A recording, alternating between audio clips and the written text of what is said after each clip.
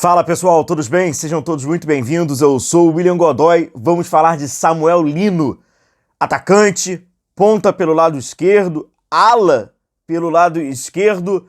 Nesse momento, já é jogador do Flamengo? Quem pode me responder é você, porque talvez no momento que você esteja assistindo já seja oficial a contratação de Samuel Lino, brasileiro que jogava pelo Atlético de Madrid, de volta ao Brasil e jogando pelo Flamengo. Ele que já teve uma passagem rápida na base do Flamengo, não teve tanto brilhantismo assim não, e aí ele foi negociado logo pro São Bernardo, e aí a sua carreira andou. Foi pro Gil Vicente, o futebol espanhol aposta nele através do Atlético de Madrid, tem um empréstimo com o Valência, que foi muito bem pra ele, fez muito bem isso a ele, quando ele retorna, vira um jogador importante. Cara, talvez até pelos valores que o Flamengo vai acabar pagando ali, a gente já tem uma dimensão.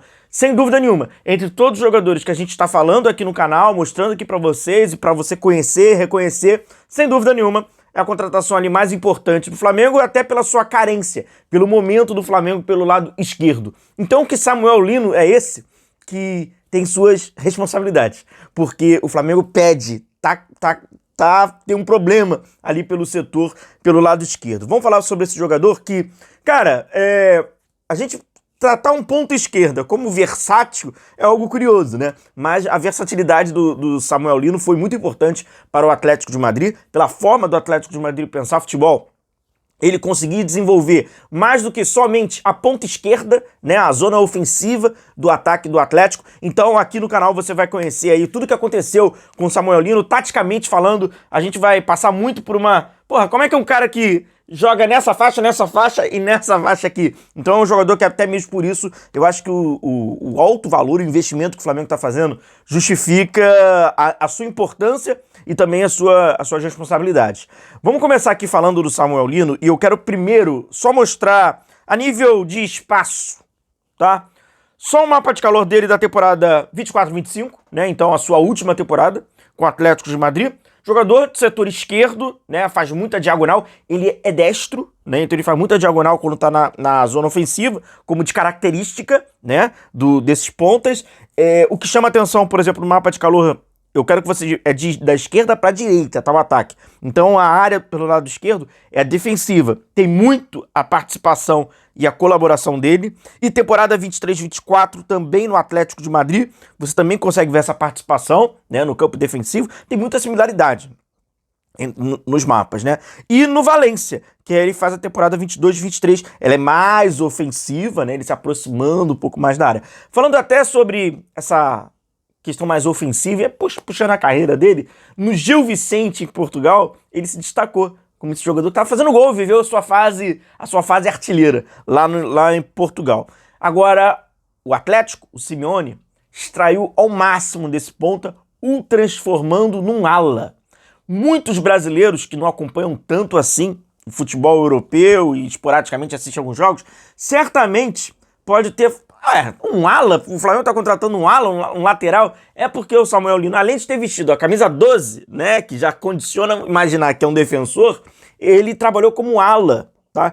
E se você procurar bem, você acha jogo dele como lateral, quando assim fazia a linha com 4, mas isso foi raro, foi muito mais circunstancial, providencial a um momento do jogo, tá? Como ala, sim, porque o Atlético de Madrid utilizava 3 zagueiros, e aí ele era esse ala pelo lado esquerdo, mas originalmente, né, sua característica é como um ponta pelo lado esquerdo. Então tiveram... E tem números interessantes aqui, tá? Que eu vou passar aqui para vocês. Esse mapa aqui eu achei muito interessante, pois ele mostra na zona azul, né, é onde ele deu, né, progressão ao jogo do Atlético, e nessa zona mais avermelhada é onde ele recebia essa bola. Então acaba traduzindo bem o mapa de calor, né, da sua movimentação, mas aqui são as ações dele com bola. Eu acho interessante. Rapaziada, não se esqueça, cara, de deixar o seu like, que é importante pro nosso trabalho, tá? Dá aí a sua curtida, usa o seu hypar para ajudar o nosso vídeo a chegar a mais amigos rubro-negros. A gente tá nessa correria dessa novidade, né, do mercado do Flamengo,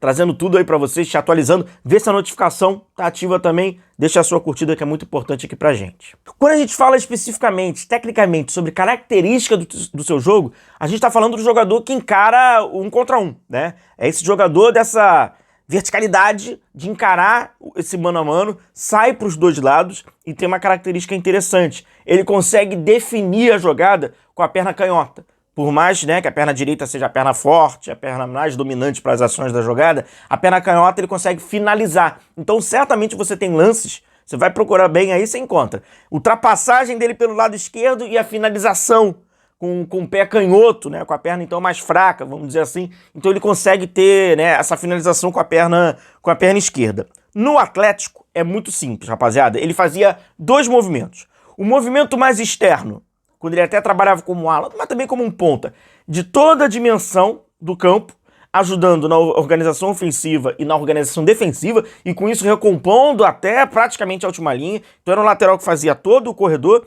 e quando ele trabalhava um pouco mais por dentro, liberando espaço para um companheiro, é aquele ponta, né, que faz aquela diagonal um pouco mais, digamos que característico, até o que a gente vê no futebol brasileiro, sobretudo no Flamengo, né? Os pontos não descem tanto assim como ele fazia no Atlético, e fazia bem feito. Jogadas principais. Eu separo aqui para vocês duas jogadas principais. Até por ele ser um destro e ter essa jogada, é a jogada do destro, próxima altura da área. Os jogadores do Atlético de Madrid já tinham essa presença dentro da área, pois sabiam que ali ele ia fazer um cruzamento. Então assim, fez várias vezes isso, e o Morata até aproveitou em algumas oportunidades, em jogos importantes, essa jogada que era clássica dele, de encarar no mano a mano, e ele conseguia fazer esse cruzamento. Inclusive, eu achei esse dado desse número aqui, ó.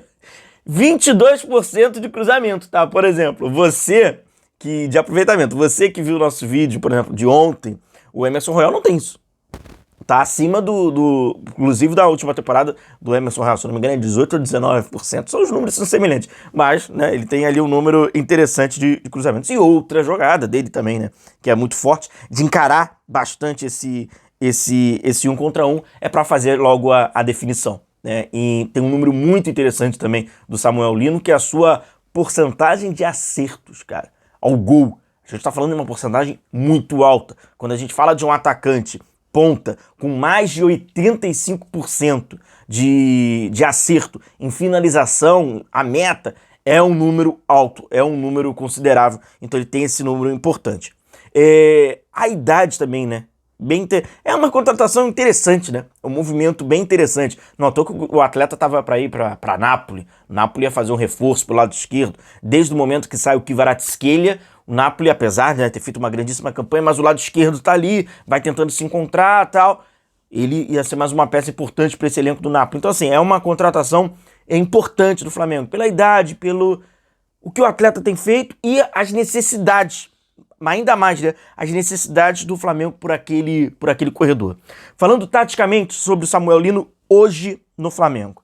O Flamengo não utiliza 3 zagueiros, então eu acho que o Samuel Lino tá livre, né, dessa função de usar como um ala pelo lado esquerdo. O Felipe Luiz não fez isso, então assim, eu acho que a gente pode aqui descartar qualquer possibilidade de utilização pelo lado esquerdo como um ala. Vai ser propriamente um ponta pelo lado esquerdo. O Flamengo trabalhando num 4-2-3-1 e ele certamente sendo esse jogador aqui. Um lado que o Flamengo carece de gerar jogo, de criar oportunidades, de ser mais perigoso e principalmente hoje, com seus pontas pelo lado esquerdo, eles não estão conseguindo vencer duelo de mano a mano, duelo de 1 contra 1.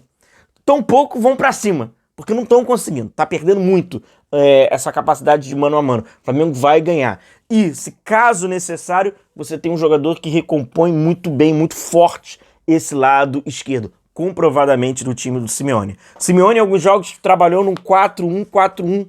Eu acho que foi até uma das melhores versões do Samuel Lino. É onde ele teve ainda mais liberdade para ofensiva e também a gente viu muita solidariedade defensiva. Acho um jogador extremamente tático e extremamente coletivo, não indo para aquele caminho do individualismo do ponta habilidoso, que gosta de jogar com a bola no pé e pouco se dedica sem ela. Não. O Samuel Lino teve uma formação muito correta e uma evolução muito boa quando foi pro futebol europeu. É um outro jogador que sai do Brasil e o que se encontra hoje no futebol europeu.